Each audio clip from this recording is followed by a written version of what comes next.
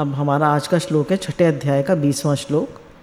योग का सेवन करने से जिस अवस्था में निरुद्ध चित्त उपराम हो जाता है तथा जिस अवस्था में स्वयं अपने आप से अपने आप को देखता हुआ अपने आप में ही संतुष्ट हो जाता है। अब कह रहे हैं योग का सेवन करने से जिस अवस्था में निरुद्ध चित्त उपराम हो जाता है। अब योग क्या है? ध्यान। जब हम निरंतर ध्यान करते हैं, अब ध्यान क्या है? भगवान ने कहा कि हमारा लक्ष्य जो है वो हमारा अपना स्वरूप है या परमात्मा है। तो जब हमारा चित्त निरंतर परमात्मा की ओर लगा रहता है उसे ध्यान कहते हैं। तो जितनी भी वृत्तियाँ मन में आती हैं जो परमात्मा से अन्यत्र हैं तो उनको वो हटाता जाता है, उनसे अलगाव करता जाता है, और जो वृत्तियाँ अनुकूल हैं वो परमात्मा में लगाता जाता है, और धीरे धीरे उसका चित्त वृत्तियों से खाली होता जाता है। धीरे धीरे उसके थॉट्स कम होते जाते हैं। तो जितने थॉट्स कम होते हैं उतना हमारा ध्यान लगता है। तो थोड़ा थोड़ा उड़िया बाबा जी कहते हैं 10 मिनट का ध्यान सुबह उठकर जप करने से पहले सबको करना चाहिए, कम से कम 10 मिनट। फिर 10 मिनट से धीरे धीरे उसे 20 मिनट तक ले जाना चाहिए। तो 20 मिनट का ध्यान सुबह सुबह काफ़ी अच्छा माना जाता है। फिर आप अपना 1 घंटा, आधा घंटा, पौन घंटा, जितना आपको जप करने में लगता है जप करिए। तो अब इसमें इन्होंने कई सारी वो नॉमेनक्लेचर बताया है कि जब हम लगातार निरंतर अपना ध्यान भगवान की ओर लगाने की कोशिश करते हैं कि मेरा लक्ष्य परमात्मा है, मेरा लक्ष्य भगवान है, मनुष्य जीवन का लक्ष्य परमात्मा है, और ये 84 लाख योनियों के बाद मुझे मनुष्य जन्म मिला है और बड़ा दुर्लभ जन्म है ये। मुझे गुरु भी मिले हैं, सत्संग भी मिला है, गीता भागवत भी मिली हैं, और गीता भागवत रामायण सब मिला है। तो ये जन्म मेरा बहुत दुर्लभ है, मुझे इसे परमात्मा प्राप्ति में लगाना है। तो जब निरंतर वो अपने आप को बताता रहता है ये बात और अपने मन को भगवान में लगाता है, भगवान में लगाता है, हम लोग इसको जिस तरह से हम लोग चल रहे हैं तो हमारे यहाँ जप भी बहुत है, तो ध्यान भी करता है और निरंतर जप भी करता है। तो जप भी एक प्रकार का ध्यान ही है, क्योंकि हम एक ही चीज़ को निरंतर रिपीट कर रहे हैं, और वो खाली एक ही चीज़, कोई चीज़ नहीं है, वो भगवान का नाम है, और भगवान का नाम चेतन है। और चेतन होने से वो हमारी सारी वृत्तियों को, और सारी वृत्तियों को, जितनी भी संसारी वृत्तियाँ होती हैं उन सबको कैंसिल कर देता है और हमें एक भगवान के प्रवाह में ले जाता है। तो ये कह रहे हैं कि 2 प्रकार की समाधि होती है। जब धीरे धीरे हमारा ध्यान प्रगाढ़ होने लगता है तो हमारी समाधि लगने लगती है। एक संप्रज्ञात समाधि, एक असंप्रज्ञात समाधि। तो संप्रज्ञात समाधि जो है, अभ्यास करने से असंप्रज्ञात समाधि लगती है। तो इसमें क्या होता है? ध्यान, ध्याता और ध्येय 3 होते हैं, ध्यान, ध्याता और ध्येय। ध्यान व ध्याता, जो ध्यान कर रहा है वो ध्याता, जैसे मानिए मैं ध्यान कर रही हूँ, मैं ध्याता, ध्यान उसकी प्रक्रिया, और ध्येय परमात्मा। तो जब ये ध्यान, ध्याता, ध्येय तीनों वो होने लगते हैं, एक होने लगते हैं, मतलब ध्याता अपने को भूल जाता है, मैं ध्यान कर रहा हूँ, और ध्यान और केवल भगवान रह जाते हैं, तो उसको समाधि कहते हैं। तो वो समाधि 2 प्रकार की होती है, संप्रज्ञात और असंप्रज्ञात। संप्रज्ञात समाधि में क्या होता है कि उसके जो संस्कार हैं वो रहते हैं, और असंप्रज्ञात समाधि में क्या होता है, संस्कार उसके ख़त्म हो जाते हैं और उसका चित्त जो है वो निरुद्ध हो जाता है। निरुद्ध मतलब उसका फोकस्ड माइंड हो जाता है, कॉन्सेंट्रेटेड हो जाता है, उसमें और तरह की वृत्तियाँ नहीं आती हैं। अब कह रहे हैं जो निरुद्ध अवस्था की समाधि है वो 2 तरह की होती है। अब पहले हमारा चित्त निरुद्ध हो गया, फोकस्ड हो गया, कॉन्सेंट्रेटेड हो गया। अब इसमें भी दो तरह की समाधि है, सबीज और निर्बीज। अब सबीज क्या है? सबीज क्या है? उसमें दृष्टि जो है वो उसमें फिर भी संसार का थोड़ा सा महत्व रह जाता है, और उसमें सिद्धियां प्रकट होती हैं। सभी समाधि में क्या होता है, सिद्धियां प्रकट होती हैं। और अगर वो सिद्धियों को स्वीकार कर लेता है तो वो संसार के ऐश्वर्य में फंस जाता है। और जो निर्बीज समाधि है तो कह रहे हैं वो सबसे उत्तम अवस्था है और निरुद्धतम अवस्था है, और ये सबसे श्रेष्ठ है। और निर्बीज समाधि में उसको बहुत ज़्यादा सुख मिलता है, आनंद मिलता है, ऐसे कह लीजिए। तो ये हाईएस्ट अवस्था क्या है, निर्बीज समाधि, जिसमें अब संसार का कोई बीज नहीं रहा। अब उसमें कोई फिर उसको जन्म मरण में लाने का कोई बीज नहीं रहा। पहले हमारी संप्रज्ञात असंप्रज्ञात समाधि, फिर ये मन निरुद्ध हो गया। निरुद्ध मन की दो अवस्थाएं, सबीज और निर्बीज। सबीज में उसके कुछ सूक्ष्म वासनाएं रह जाती हैं जिनसे सिद्धियां प्रकट होती हैं। अब बता रहे हैं कि पहले साधक जो है ध्यान करता है तो उसको संप्रज्ञात समाधि मिलती है, फिर वो और ज़्यादा उसको आनंद की इच्छा होती है तो असंप्रज्ञात मिलती है, फिर और ज़्यादा आनंद की इच्छा होती है तो सबीज, फिर और ज़्यादा आनंद की इच्छा होती है तो निर्बीज समाधि। ऐसे वो और स्टेप बाय स्टेप आगे बढ़ता जाता है।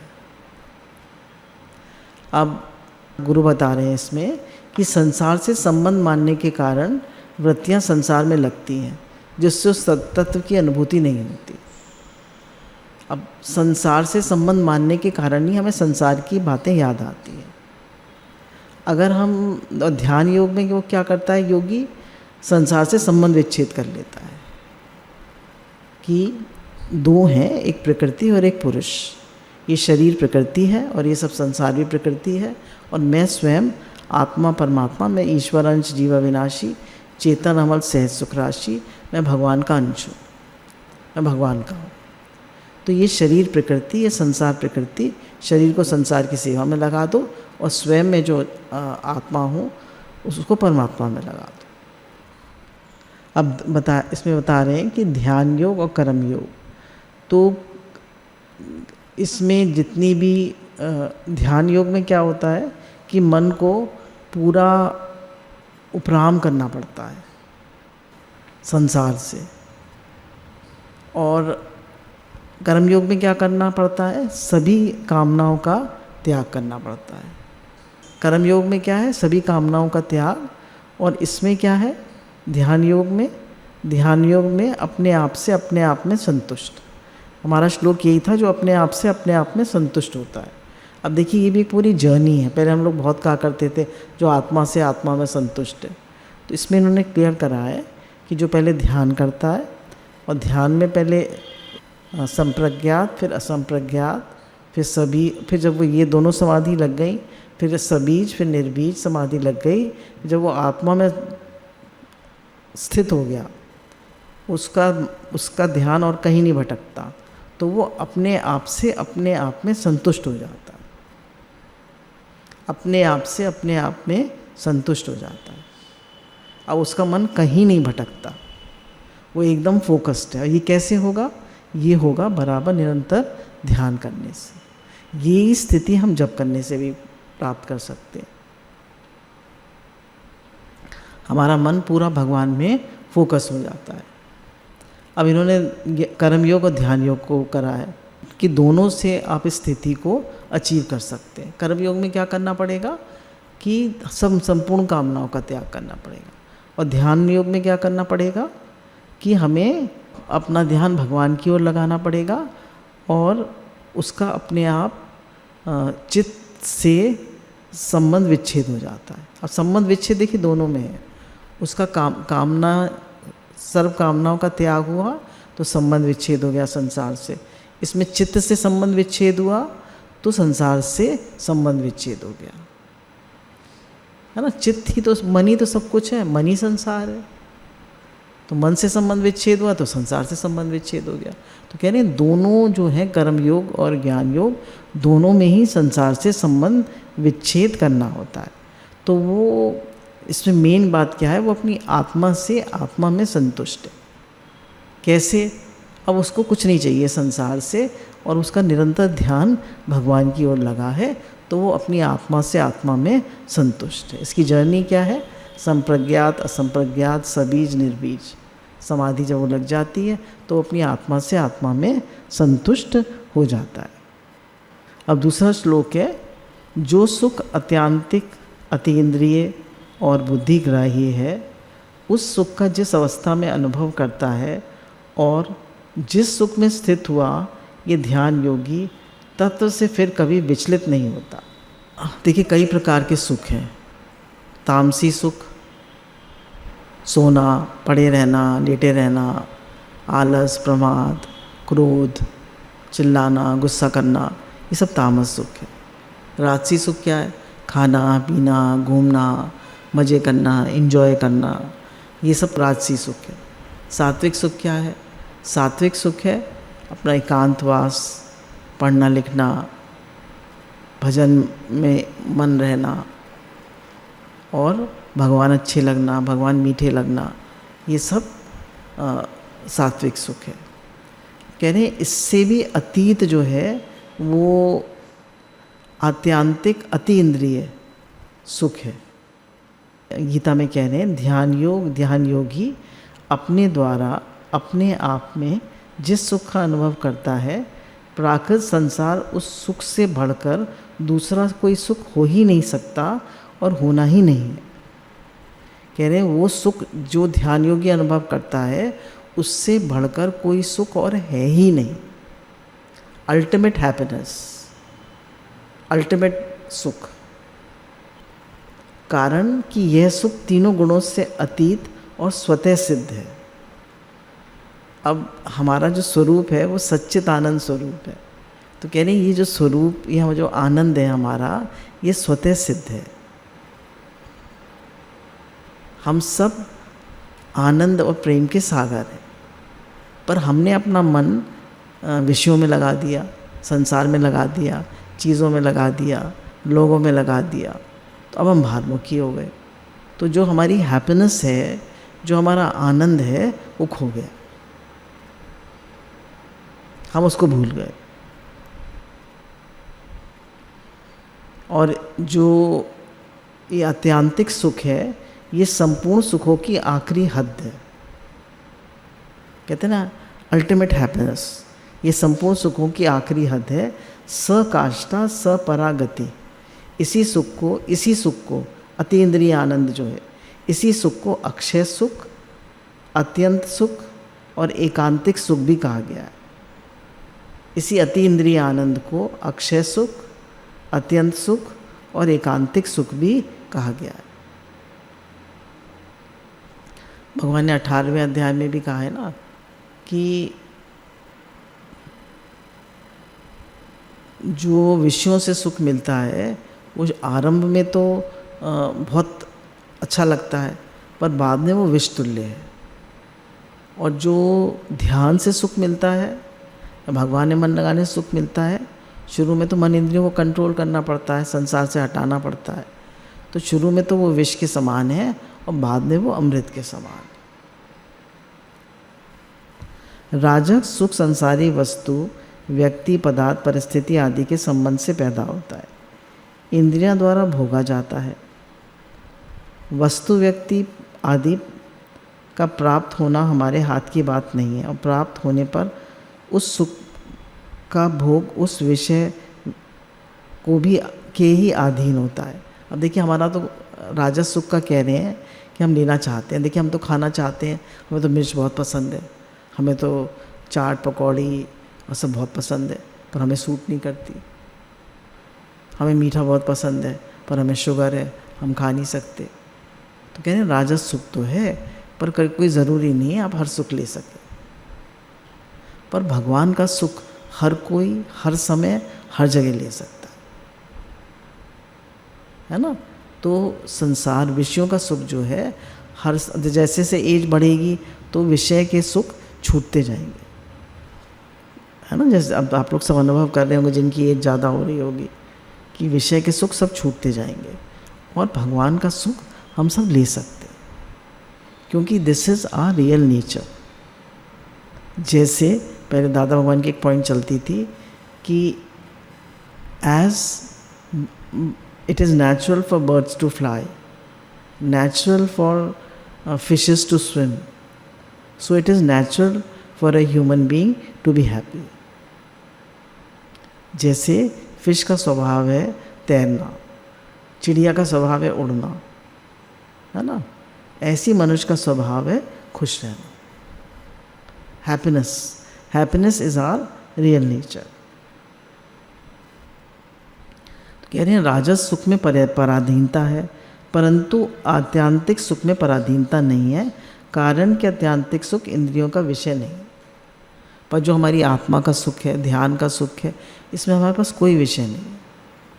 तो राजस सुख जो है, कह रहे हैं वो तो उसमें तो हमें कोई ना कोई विषय चाहिए और वो हमारे इंद्रियों के अधीन है और हम नहीं ले सकते. उसमें बहुत सारे प्री कंडीशंस हैं. एसिडिटी है, पेट में दर्द हो जाता है, हजम नहीं होता है, ये है वो है, खाने की चीज़ है, कपड़े भी हर एक को हर एक चीज़ नहीं सूट करती है, बहुत सारी चीज़ें हैं. पर कह रहे हैं भगवान का सुख आप हर समय हर जगह और हमेशा ले सकते हैं, और जब भी आप हर समय हर जगह कर सकते हैं. You can focus your mind. गुरु कहते हैं ना 2-2 मिनट का ध्यान करो, 2-2 मिनट का, 2-2 मिनट का. आदत पड़ेगी ध्यान करने की. 2 मिनट को निर्विकल्प हो जाओ. और जब तो आप सारा दिन कर सकते हैं. लोग तो रात और दिन जप करते रहते हैं, और इतना जप करते हैं कि रात में भी उनका जप चलता रहता है. तो उनका माइंड फोकस होता जाता है.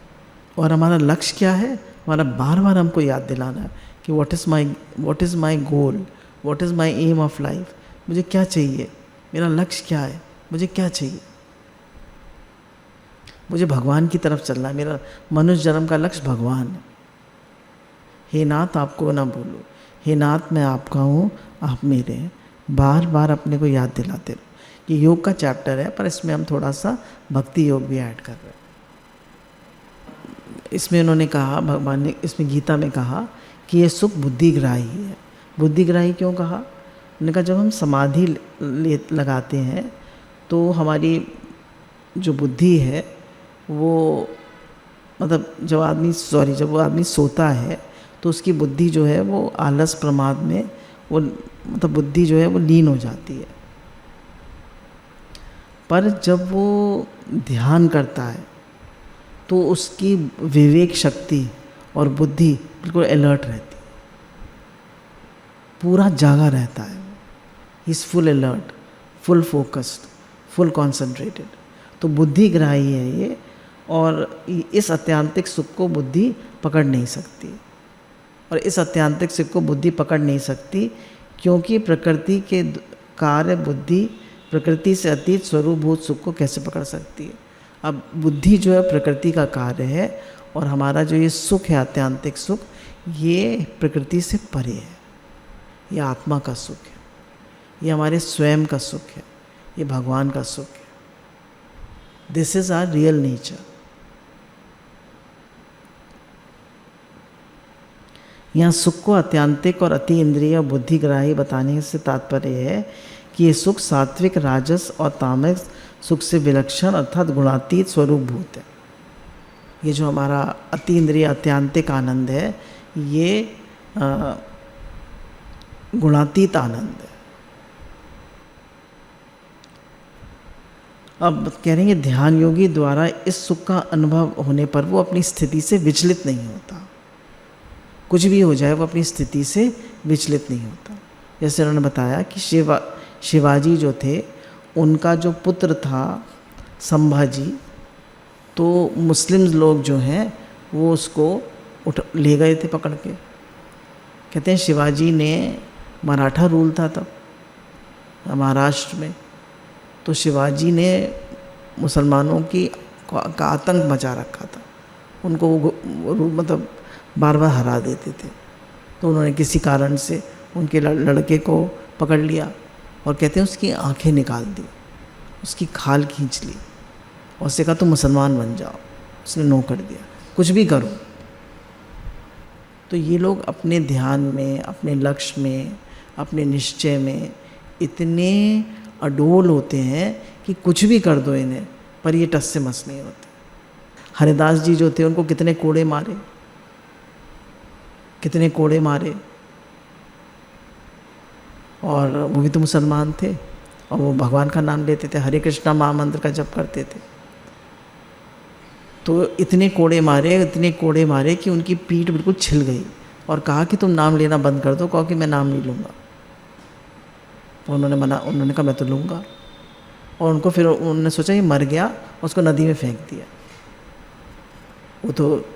वो किनारे जाके पहुंच गए, नदी किनारे को भगवान ने उन्हें हील कर दिया और फिर वो बना के कुटिया बना के फिर जप करने लगे। तो उन्हें वो सुख मिला है, वो आत्यांतिक सुख मिला है जिससे आगे कुछ और है ही नहीं। तो कि उनके ऊपर कैसी भी हालत ला दो, वो अपने भजन को, अपने ध्यान को, अपने भगवान को, अपने लक्ष्य को नहीं छोड़ेंगे। गुरु गोविंद सिंह जो थे तो उनके दोनों बच्चों को चिनवा दिया था जिंदा मुसलमानों ने कि तुम हमारी बात मानो। उन्होंने नहीं मानी तो जिंदा उनकी आंखों के सामने चिनवा दिया। सोचिए। तो वो कह रहे हैं भारी से भारी दुख आने पर भी वो अपने लक्ष्य से चलायमान नहीं होता, वो विचलित नहीं होता है। जैसा भी हमने काठिया बाबा का पढ़ा था कि उनको वो समाधि में बैठे हुए थे, ध्यान में बैठे हुए थे, वो पूरे ध्यान वाले थे। तो ध्यान कर रहे थे पंच अग्नि के बीच में बैठकर। तो एक आदमी उनसे चिढ़ता था तो उसने खूब सारे कंडे डाल के आग लगा दी, धू धू करके जलने लगी आग ज़ोर ज़ोर से। तो लोग भागे भागे आए तो उन्होंने देखा कि बाबा तो नहीं जले। बोले नहीं, अगर कोई योगी है और वो जल जाए तो वो योगी नहीं है। तो बोले गुरु ने सिखाया होता है कि जब योग में बैठो तो एक मंत्र बोलना होता है जिससे कि अग्नि से उसकी रक्षा होती है। तो उनके जो गुरु थे काठिया बाबा के, वो 6-6 महीने तक बिना कुछ खाए एक ही समाधि में बैठे रहते थे 6-6 महीने तक। तो ऐसे ऐसे योगी होते हैं। तो हम लोग जो हैं इतना तो समझें कि हम 10 मिनट 20 मिनट ध्यान करें और बीच में 2-2 मिनट ध्यान करें और हर समय कोशिश करें कि जप करते रहें, क्योंकि जप जो है वो इजी पड़ता है ध्यान से। तात्पर्य यह है कि निकला कि मनुष्य जब तक अपनी मान्यता को स्वयं नहीं छोड़ता तब तक दूसरा कोई छुड़ा नहीं सकता। कह रहे जब तक हम स्वयं नहीं वीक पड़ते तब तक हमें कोई कमज़ोर नहीं करता। हम खुद ही कमज़ोर पड़ते हैं तभी हमें कोई कमज़ोर कर पाता है। और जिसको वास्तविक सुख प्राप्त हो गया है तो वो अपने सुख को कैसे छोड़ सकता है। जिसको अति इंद्रिय आनंद मिल गया, जिसको अल्टीमेट हैप्पीनेस मिल गया, वो अपनी हैप्पीनेस को क्यों छोड़ेगा, वो अपने आनंद को क्यों छोड़ेगा। भाई संसारी चीज़ मिल जाए तो लोग उसको नहीं छोड़ते, तो इतना बड़ा सुख मिल जाए तो उसे कैसे छोड़ देंगे। कभी नहीं छोड़ता अपने सुख को। सात्विक सुख भी चलायमान होता है, उसका समाधि भी कह रहे हैं सात्विक सुख से भी आदमी चलायमान हो जाता है, समाधि का भी व्युत्थान हो जाता है। भाई ध्यान में बैठेगा फिर उठेगा, परंतु अत्यांतिक सुख से अर्थात तत्व से वह कभी विचलित और व्युत्थित नहीं होता, क्योंकि उसमें उसकी दूरी भेद भिन्नता मिट गई और वे केवल वह रह गया। अब वह विचलित और व्यथित कैसे हो। विचलित और व्यथित तभी होता है जब जड़ता किंचित मात्र भी संबंध रहता है। जब तक जड़ता का संबंध रहता है तब तक एक रस नहीं रह सकता, क्योंकि प्रकृति सदा क्रियाशील रहती है। अब वो कह रहे हैं अपनी आत्मा से आत्मा में संतुष्ट है, तो अब उसका प्रकृति से संबंध नहीं रहा, उसने शरीर से, इंद्रियों से, मन से, बुद्धि से संबंध विच्छेद कर लिया और वो अपने स्वयं में संतुष्ट है। अब उसका प्रकृति से संबंध नहीं रहा, वो अपनी आत्मा के आनंद में मग्न है, अपनी आत्मा से आत्मा में संतुष्ट है। कह रहे हैं प्रकृति से वो विचलित नहीं हो सकता। अब हम इसको ध्यान से उससे भी लगा सकते हैं, जप से भी। अगर कोई निरंतर जप करता रहे, और जैसे उनको कहा हरिदास जी को कि भाई अब आप मत करिए जप, अब जब मत करिए, उनको कोड़े भी मारे, पूरे बाजार में भी घुमाया, तो उन्होंने नहीं छोड़ा, क्योंकि उन्हें अत्यांतिक सुख मिल गया ना। कह रहे हैं जिसको एक बार अत्यांतिक सुख मिल गया वो अपने सुख को नहीं छोड़ेगा, क्योंकि उससे बड़ा कोई सुख है ही नहीं। क्योंकि जितने भी सुख हैं वो सब पराधीन है, और जो हमारा स्वयं का आनंद है, भगवान का आनंद है, वो पराधीन नहीं है। वो हमारा अपना अपना स्वयं का आनंद है, अपनी आत्मा का आनंद है, हमारी अल्टीमेट हैप्पीनेस है, हमारी रियल हैप्पीनेस है। इसको पढ़ देते हैं, इसको फिर अगली बार भी ले लेंगे।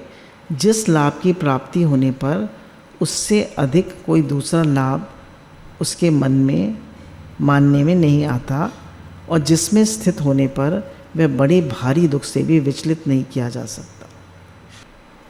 उसके मन में उसको ये पता चल गया है कि इससे जो मैंने ये सुख प्राप्त किया है, जो आनंद प्राप्त किया है, इससे बड़ा कोई दुनिया में लाभ नहीं। मुझे सबसे बड़ा लाभ मिल गया। अब कोई कहे मैं तुम्हें 100 करोड़ रुपया दूंगा, तुम ये छोड़ दो, तुम मेरे साथ लग जाओ बिजनेस में, तो नहीं जाएगा। जैसे किसी के पास 10 रुपये हों, उससे कहेंगे तुम्हें 1 लाख रुपया देंगे, तो वो अपने 10 रुपये छोड़ के झट 1 लाख रुपये पे चला जाएगा। पर उसको 10 रुपये में वो दिखा दिया जाए कि इसमें देखो ये दुख है, क्या 100 रुपये है, उसको 1 लाख रुपया दिया जाए, और उसको 100 रुपये में दुख दिखा दिया जाए। तो गुरु जो हैं वो हमें दिखाते हैं कि भाई संसार में तुम कितना भी सुख लग रहा है, तुम्हें दिख रहा है, पर उसमें सुख है नहीं। क्यों? क्योंकि सब चेंजेबल है। It is better to be, Gita भगवान कहते हैं, it is better to be a Socrates dissatisfied rather than a pig satisfied. बोले सोक्रेटिस जो भगवान में लगा है, वो अगर डिससैटिस्फाइड भी है, उसका अपना लक्ष्य पूरा प्राप्त नहीं करा है, पर वो भगवान की तरफ बढ़ तो रहा है। It is better to be a Socrates dissatisfied rather than a pig satisfied. Pig satisfied मतलब जो विषयों में बड़े, वो तो बड़ा, उसके तो बड़ी गाड़ी है, बड़ा मकान है, बड़ा सुख है उससे, पर सब चेंजेबल। स्टीव जॉब्स को लास्ट में कैंसर हो गया, कहाँ गया उसका सुख? संसारी सुख सारे सब चेंजेबल है। अब कहते हैं भाई संतों को भी कैंसर हो जाता है, संतों को भी बहुत कष्ट होता है अंत में, पर वो अपने आत्यांतिक आनंद में रहते हैं, वो शरीर से अलगाव करके अपनी आत्मा में रहते हैं।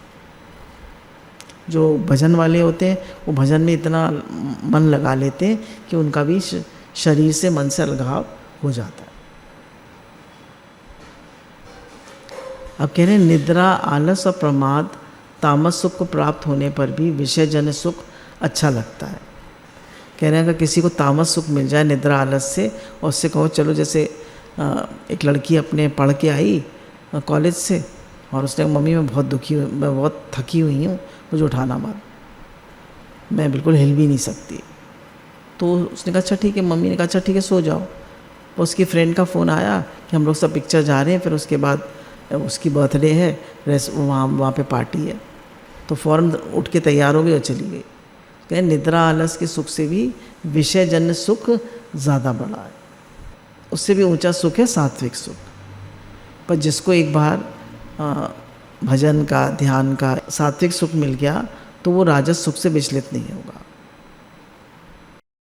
और परंतु जब आत्यांतिक सुख प्राप्त हो जाता है, तब फिर वो उससे विचलित नहीं होता, फिर उससे कोई विचलित नहीं कर सकता जिसको आत्यांतिक सुख मिल गया।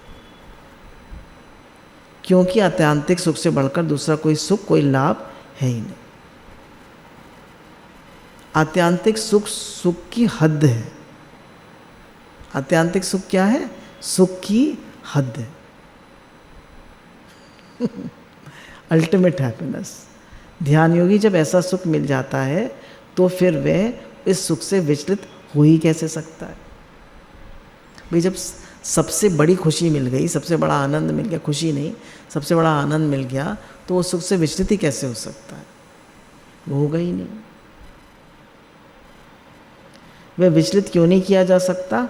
कारण कि जितने भी दुख आते हैं वे भी प्रकृति के राज्य में, अर्थात शरीर, इंद्रिया, मन, बुद्धि में ही आते हैं, जबकि आत्यांतिक स्वरूप बोध प्रकृति से अतीत तत्व है। परंतु जब पुरुष प्रकृतिस्थ हो जाता है, अर्थात शरीर के साथ तादात्म्य कर लेता है, तब वह प्रकृति जन अनुकूल प्रतिकूल परिस्थिति में अपने को सुखी दुखी मानने लग जाता है। जब वह प्रकृति से संबंध विच्छेद करके अपने स्वरूपभूत सुख का अनुभव कर लेता है, उसमें स्थित हो जाता है, तो फिर वह प्राकृतिक दुख वहाँ तक पहुँच नहीं सकता, उसका स्पर्श ही नहीं कर सकता। इसे शरीर में कितनी भी ही आफत आने पर भी वह अपने स्थिति से विचलित नहीं किया जा सकता। देखिए, इसमें अम्मा जी का एग्जाम्पल आता है। अम्मा जी को भी लास्ट में शरीर में काफ़ी कष्ट था, वो काफ़ी गैस बनती थी, गैस का गोला बन जाता था और वो काफ़ी शरीर भी वीक हो गया था। पर वो उन्होंने अभ्यास करके अपने को शरीर से अलग कर लिया था। वो कहते थे इसमें कष्ट है, मेरे में नहीं। तो जब वो प्रकृतिस्थ होते थे तो दुख महसूस होता था, और जब उनका निश्चय इतना पक्का था कि मैं आत्मा हूँ, शरीर नहीं हूँ, कि वो कहते थे इसमें कष्ट है, मेरे में नहीं। तो कह रहे हैं जब शरीर से संबंध मानोगे तो कष्ट का अनुभव होगा, और जब शरीर से अतीत अपने स्वरूप में बैठोगे तो उसका कष्ट अनुभव ही नहीं होगा। जीव मात्र का ध्येय यही रहता है कि मेरा दुख मिट जाए और सुख मिल जाए। अतः श्लोक के वर्णित स्थिति साधक को प्राप्त करनी चाहिए, अन्यथा उसकी साधना पूर्ण नहीं है। कह रहे हैं आत्यंतिक सुख के लिए प्रयास करना चाहिए, नहीं तो उसकी साधना भी पूर्ण नहीं। साधक बीच में अटक ना जाए, अपनी अधूरी स्थिति को पूर्ण न मान ले, इसके लिए उसको ये श्लोक सामने रखना चाहिए। अपनी अधूरी स्थिति को ही पूर्ण न मान ले, इसलिए ये श्लोक सामने रखना चाहिए कि मतलब जिस सुख को प्राप्त करने से भारी दुख आने पर भी वो विचलित नहीं होता। जिस में लाभ का तो अंत नहीं और दुख का लेश भी नहीं, ऐसे दुर्लभ पद मनुष्य को मिल सकता है। कह रहे हैं दुख का तो लेश भी नहीं है और आनंद ही आनंद है। ऐसा अल्टीमेट सुख मनुष्य को मिल सकता है, परंतु वह भोग और संग्रह में लगकर कितना अनर्थ कर लेता है जिसका कोई पारावार नहीं। कह रहे उसको इतना भारी सुख मिल सकता है, पर वो भोग और संग्रह में लग के खाने का सुख, सोने का सुख, मज़े करने का सुख, इसमें इतना लग जाता है कि उस अल्टीमेट सुख को वो पा ही नहीं पाता है। कह रहे साधक को इस श्लोक को सामने रखना चाहिए कि जिस लाभ की प्राप्ति होने पर उससे अधिक कोई दूसरा लाभ यानी उसके मानने में भी नहीं आता, और जिसमें स्थित होने पर वह बड़े भारी दुख से भी विचलित नहीं किया जा सकता। कह रहे हैं इसको, ये उसका टेस्ट है। इस श्लोक को अपने सामने रखना चाहिए और अपना अभ्यास करते रहना चाहिए। चाहे आप जप कर रहे हैं, चाहे आप ध्यान कर रहे हैं। तो देखिए, सत्संग करना फिर भी आसान है, पर बाहरमुखी सत्संग जब हम होते हैं तो शरीर से, इंद्रियों से, मन बुद्धि से करते हैं। पर इनवर्ड जर्नी जो है, खूब बड़ा सत्संग बनाना, बहुत सारे शिष्य इकट्ठे करना, बहुत बड़ा दायरा बनाना, ये फिर भी आसान है। बट इनवर्ड जर्नी, अपनी आत्मा में स्थित होना, स्वयं में स्थित होना, हर समय जप करना, हर समय ध्यान भगवान की ओर लगाना, बोले ये इनवर्ड जर्नी डिफ़िकल्ट है। तो सत्संग बहुत अच्छा है, उसके साथ साथ हम अपनी इनवर्ड जर्नी भी करें। गुरु भगवान के अनंत अनंत शुक्राना।